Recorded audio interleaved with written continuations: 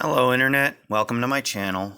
I'm ChameleonX, and like most Americans, I had never heard of the Fire Emblem series before the characters Marth and Roy debuted in Smash Bros. Luckily for us, the newfound popularity of the characters prompted Nintendo in 2004 to release Fire Emblem 7 Rekka no Ken internationally, simply titled Fire Emblem here in the States. 7 games later, or 10 if you include the remakes, and the Fire Emblem series is one of Nintendo's flagship RPG franchises alongside the likes of Pokemon, Animal Crossing, and The Legend of Zelda. The latest in the series, Fire Emblem Engage, was just released last month, and I've been playing it non-stop since then. This got me thinking, what if I wanted to craft a tabletop RPG campaign that captured the flavor and mechanics of the Fire Emblem games? Well, that's what this video is all about. Before I get into it, I'd just like to mention that I'm still using the 5th edition D&D rules as the basis for my homebrews at the moment. This is mostly because it's easier for me to come up with tweaks to a system that I'm familiar with. However, like many content creators, recent events have given me an incentive to consider branching out to include other game systems besides just D&D. I've been taking a look at Pathfinder 2, and I might be starting up a game using this rule system once my group's current campaigns are finished. So if anyone would like me to take a crack at a different game system, leave a like and a comment below, subscribe to the channel, and all the other YouTube stuff. Also, unlike Fallout or Skyrim, Fire Emblem doesn't seem to have any kind of official TTRPG conversions. There are, however, some fan-made attempts which I'd like to bring attention to, just in the interest of fairness. I didn't base anything in this video on these systems, I just wanted to acknowledge the time and effort that other creators have put into making something that everybody can enjoy. One I found that emulates the video games pretty faithfully by using a percentile system is one created by a Reddit user by the name of Dylan B, and can be found at the link below. There's definitely others like this. This is just the first one I stumbled on with a quick Google search. If you have another fan conversion you'd like to share, go ahead and leave a link in the comments. So with the preamble out of the way, let's dive in.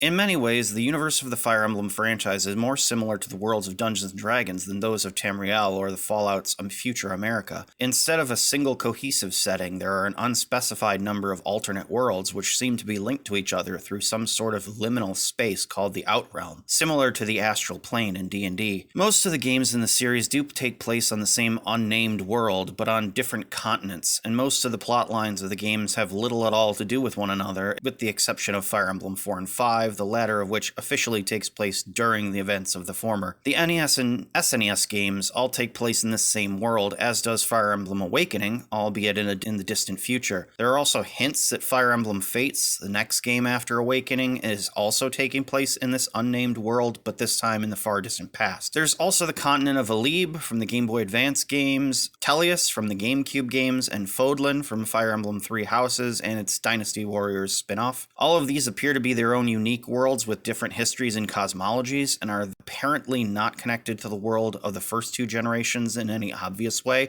except maybe via the aforementioned Outrealm. Most recently, Engage takes place on the continent of Elyos. Strangely, this world seems to function as a kind of nexus point that links the various worlds in the FE universe, as heroes from previous games appear in this game as ghostly spirits called emblems. Furthermore, the paralogs in Engage heavily imply that Elyos is made up of regions that mirror their counterparts in other worlds, similar to how the Feywild and Shadowfell in D&D include echoes of locations in the Prime Material Plane. This has never been pointed out in any other games, to my knowledge, implying Elyos is a special case. Anyway, apart from geography and gameplay, the main thing that links the games in the series are a few recurring tropes and narrative elements that unite the franchise, and which would be required for a Fire Emblem campaign to really feel true to the video games. First of all, dragons are a very common feature in the series, usually divided into tribes of good dragons who like humans, and evil dragons that hate and or want to destroy humans and or the good dragons. Most often, these dragons appear in a humanoid guise called a Manakete, wherein the dragon seals away its power in a dragonstone, only reverting to its true form briefly during combat. It's stated that this is a method of conserving their magic, as for some reason being in their dragon form on the material plane seems to drain their life force. Taking human form as a Manakete allows them to survive in the human world and also travel unnoticed, as in most of the games, the majority of humans are racists. Secondly, the games pretty much always feature a war.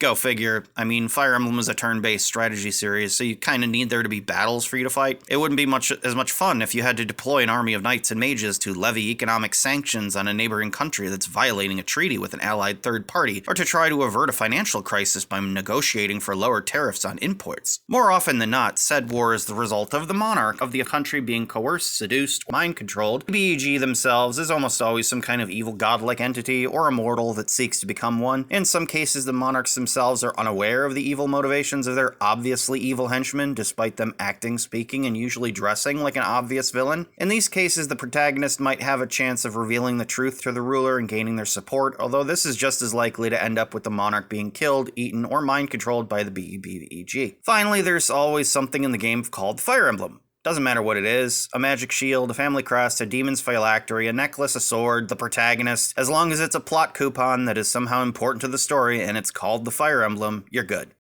Which brings us to the meat of this video.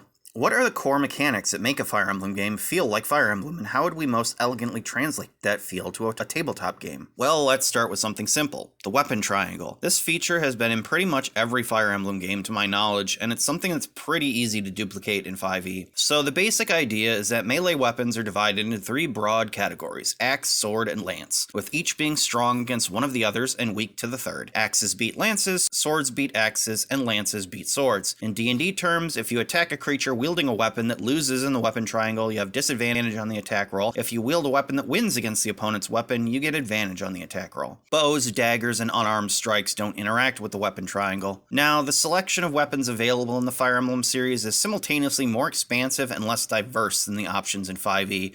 You don't typically have things like flails, war picks, whips, or maces in the video games, though there are usually over a dozen different variations of sword, bow, dagger, etc. There are occasionally hammers or clubs included, but these are mechanically the same as axes. So if we want to convert the 5e weapon table to Fire Emblem, what we can do is something like I show below, where we group all the weapons into one of the major categories. The logic of what goes where is a bit iffy on some of them, as I was trying to keep a balanced number of options on all sides. If you want to put some of them in different places, that's fine. Each of the weapons are assigned a rank according to their damage dice, which determines how many uses they have before breaking and what level of proficiency a character needs to use one. More on both of those things later. If a weapon is effective against a specific type of enemy, like those riding on mount or wearing heavy armor, attacks with that weapon will do maximum damage with each hit against those units. All bows and crossbows, for instance, will deal max damage to units that are flying, like a Pegasus Knight.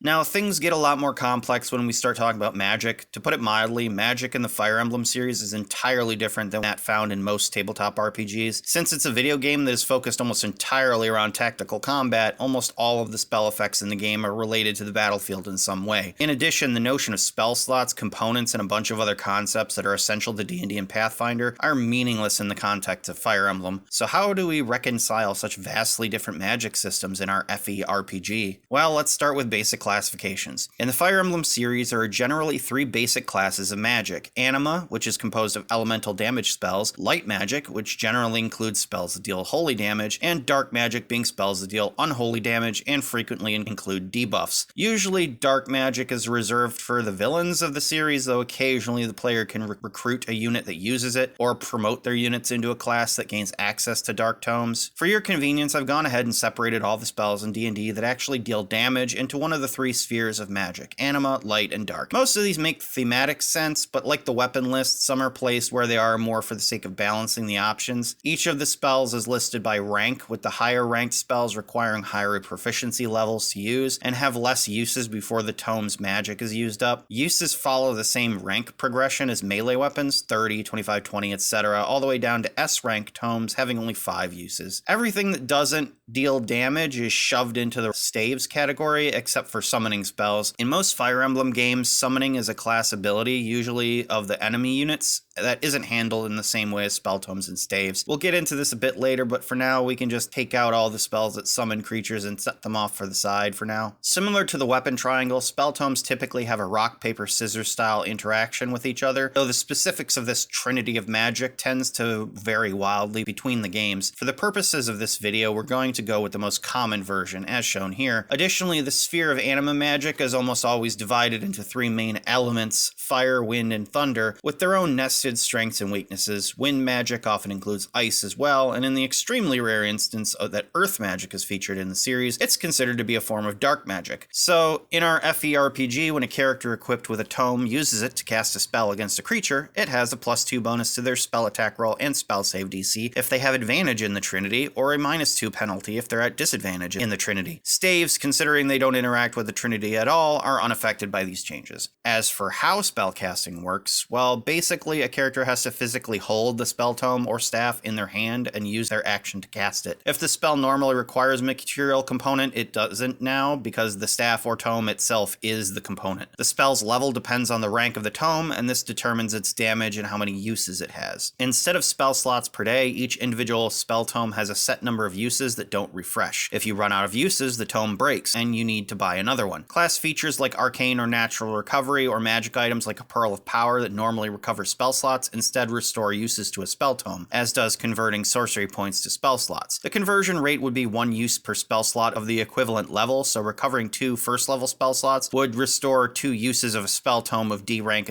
or lower, and so forth. The same is true of staves, which would follow the same rank progression as tomes given above. In this system, characters don't learn new spells as they level up, nor do they prepare them. They begin play with 1 E-ranked tome or staff of their choice, and must either buy more tomes or find them as loot. In the event of character death at higher level or switching characters, you can allow them to start with a higher level tome or multiple tomes, etc., whatever you want. The upside of this system is that any character can cast any spell they find regardless of class, as long as they're proficient in tomes and staves, respectively. You can, of course, divide tome proficiency into light, dark, and anima if you want to enforce stricter adherence to classical archetypes. This way, each character that's proficient in tomes would have to choose which of the 3 spheres of magic they have access to, being unable to use tomes from the other 2 spheres.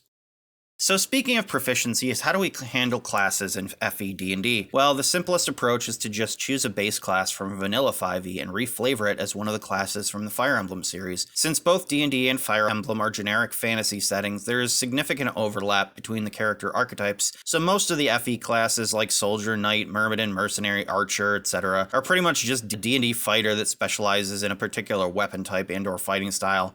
Ironically, the spellcasting classes are the opposite, with the FE Mage and Priest being replicated equally well by basically any D&D caster class, depending on spell choice. This approach works for the vast majority of classes, but does leave a few out in the cold. Namely, it's a bit hard to fit the Pegasus or Wyvern Knights into any specific class. Probably the Paladin with the Find Greater Steed spell, or Ranger with the Drake Warden subclass is the closest approximation, but there's no class that really gets a flying mount right from level 1. Also, the Bard and Dancer classes from Fire Emblem, while indispensable in the video games, are probably too one-note to be a satisfying player character in a tabletop RPG, so they're probably best relegated to NPC status. But back to the flyers. The real problem is that most campaigns end before level 10, so a player that wants to be a Pegasus Knight or Wyvern Rider could realistically go most, if not all, of their adventuring career without ever even getting their eponymous steed. So we need an alternative, something that will allow a player to gain a Wyvern or Pegasus from level 1, but without unbalancing the game. Well, in Fire Emblem, flying units take massive damage from bows, so importing this mechanic into our RPG would go a long way toward balancing the risk versus reward of a flying mount. For example, we can say that an attack from a bow or crossbow made from the weapon's short range is an automatic critical hit on a flying unit. Or perhaps the mount itself has vulnerability to damage from ranged attacks, and once it's taken down, the rider is grounded until it heals. Either way, we can use the rules for a pet character from Battlesmith Artificer and the Tasha's Cauldron Ranger as an example of how to build our Pegasus or Wyvern stat block. Unlike the monsters of the same name in D&D, our flying mounts are pretty much just mundane animals that happen to have the ability to fly and can be trained to follow verbal commands, so it's not nearly as broken as if we were to literally hand a level 1 fighter a CR7 creature and let them ride it around in battle. We then take this stat block and our pet class rules and wrap them up in an optional class feature for the fighter, ranger, or paladin class. In exchange for losing heavy armor and shield proficiency, they can get a flying mount that scales with them. Unlike a normal pet, the mount isn't expected to attack on its own turn, so it's really just adding mobility and versatility to the player rather than damage output.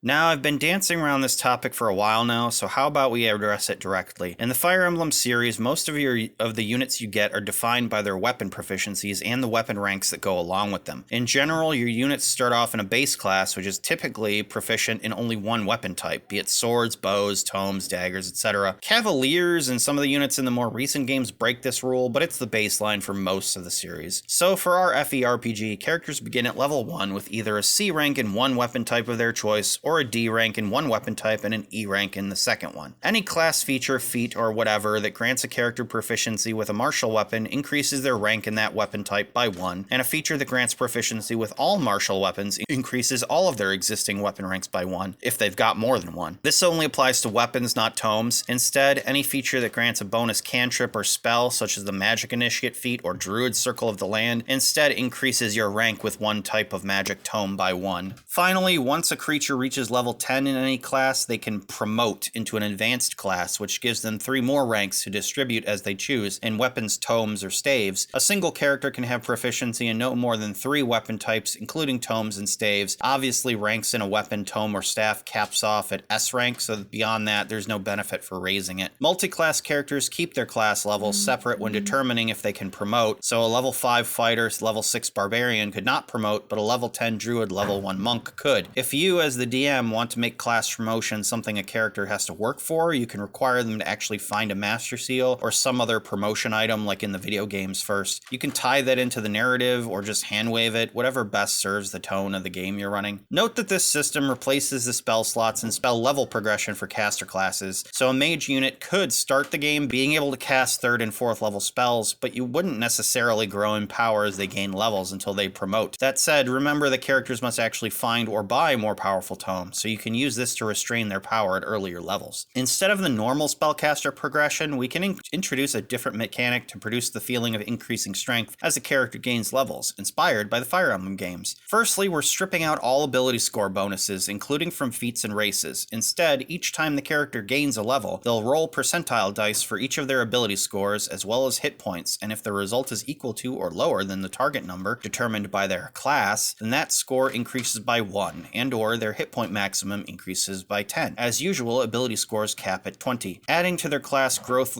rates, each character gets to distribute 100 percentage points between their 6 ability scores plus their HP in 5% increments to make their total growth rates. This allows the player to make certain ability scores more or less likely to increase each level. If you want, you can have these growth rates capped at 95% so that it's impossible to guarantee a stat boost each level. This system, much like the Fire Emblem games themselves, makes for a more randomized character, so if you think this wouldn't work well for your games, feel free to ignore this part. Personally, I think it would be an interesting challenge for players to explain within the narrative of the game why some of their ability scores did or did not increase at any given class level.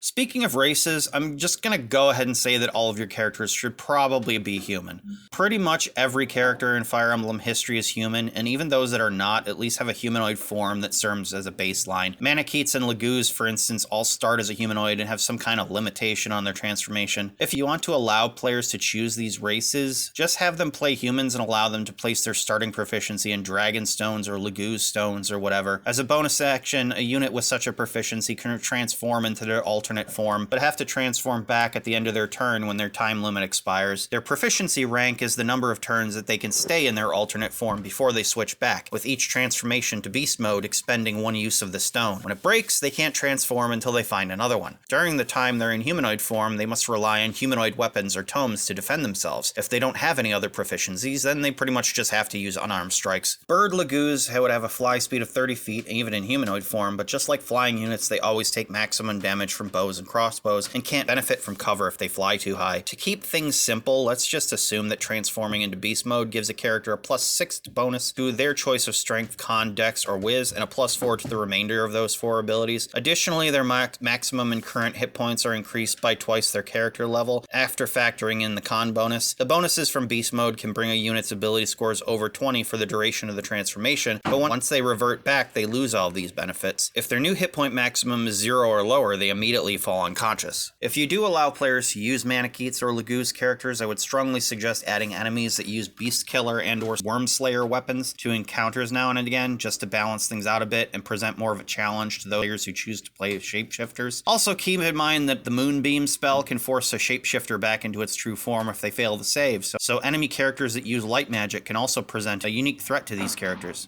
Just be sure to tell your players up front that you're going to do this so they know what they're getting into. There isn't much to say here. The vast majority of enemies in most Fire Emblem games are humanoids, like archers, bandits, guards, evokers, and so forth. You can pretty much just use any kind of NPC stat block you want to fill out encounters, adding more as the levels progress until the characters are wiping out literal armies of mooks on their own, just like your favorite units in the video games. Many of the newer games feature undead enemies and other monstrous creatures, I guess to soften the blow of sending thinking, feeling people with children and families to an early grave. Again, there isn't a lot to say about this. Virtually any D&D monster would be appropriate for a one-off encounter in a Fire Emblem campaign, as the fantasy milieu of both properties are largely compatible with each other. As for summoning creatures, you should probably keep this out of the spellcasting mechanic. Like I said before, I would suggest making it a once-a-day ability of the various caster classes. Like, if you know your players are going to want to use a summoning spell, just give them a once-a-day ability that allows them to summon X number of creatures according to the spell's normal mechanics, instead of having to worry about tomes and uses and stuff like that.